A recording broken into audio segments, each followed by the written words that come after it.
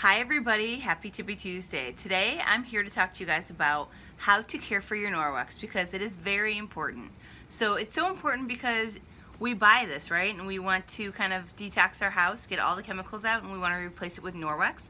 So you have to take care of your investment. So what I do is I wash all my Norwex once a week, okay? And I just stick them in the washer all by themselves once a week. If you don't have enough Norwex to just do a Norwex load, you can wash your Norwex with lint-free laundry. So sheets or jeans, okay? Just stick them in. Okay, so I'm gonna stick them in. So what you wanna do is use your Ultra Power Plus.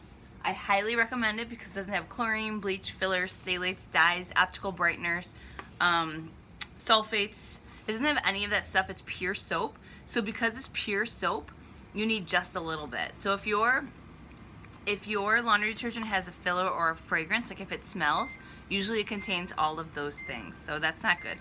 So what this does is, like I said, it's pure soap. It comes with a big scoop like this. I always try to tell my customers to throw this scoop out. This was actually made in Canada and their water is different than ours. It's a bit harder, so we need less. So you just want to add 1 teaspoon if you have high efficiency, because high efficiency washers don't use as much water. If you have non-high efficiency, you just need 1 tablespoon. So I have HE, so I just use a teaspoon. It's literally like a sprinkle of salt. And because I'm lazy and I do a ton of wash, I just literally sprinkle it out of my bag. Okay, so I just go like this on top of my clothes, and then I always add 1/3 cup of white vinegar. Okay, and I get this from Wegmans. I just literally dump it on top of my clothes like this. Boop. Okay, then what I'm gonna do is I'm gonna turn my my washer onto a bulky load. I'm gonna add an extra rinse, and then there we go. Okay, so heavy duty, hot. I'm gonna change this to hot, and make sure it's an extra rinse and start. Okay, super easy. Now over to my dryer. I use balls. Okay, so the Fluff and Tumble dryer balls come in a pack of 3. You use all 3 and they just live in there. So you use all 3. If you want, you can scent your balls with essential oils. If you want to have your laundry have a smell, just put on 1 drop per ball. And you just have to refresh that every once in a while. So that's great. I love this. What it does though, it cuts your dry time down. Hang on. Cole, what's wrong? Is your hockey stick stuck? I'll help you. So cuts your dry time down by 25%. So if you have because I have a sensor in my machine, so my sensor senses when my clothes are too wet or too dry.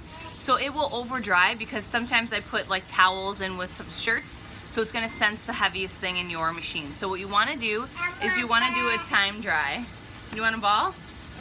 Cole loves to take my balls out of my dryer and use them as like hockey balls. It's super damn annoying because then I can't ever find them.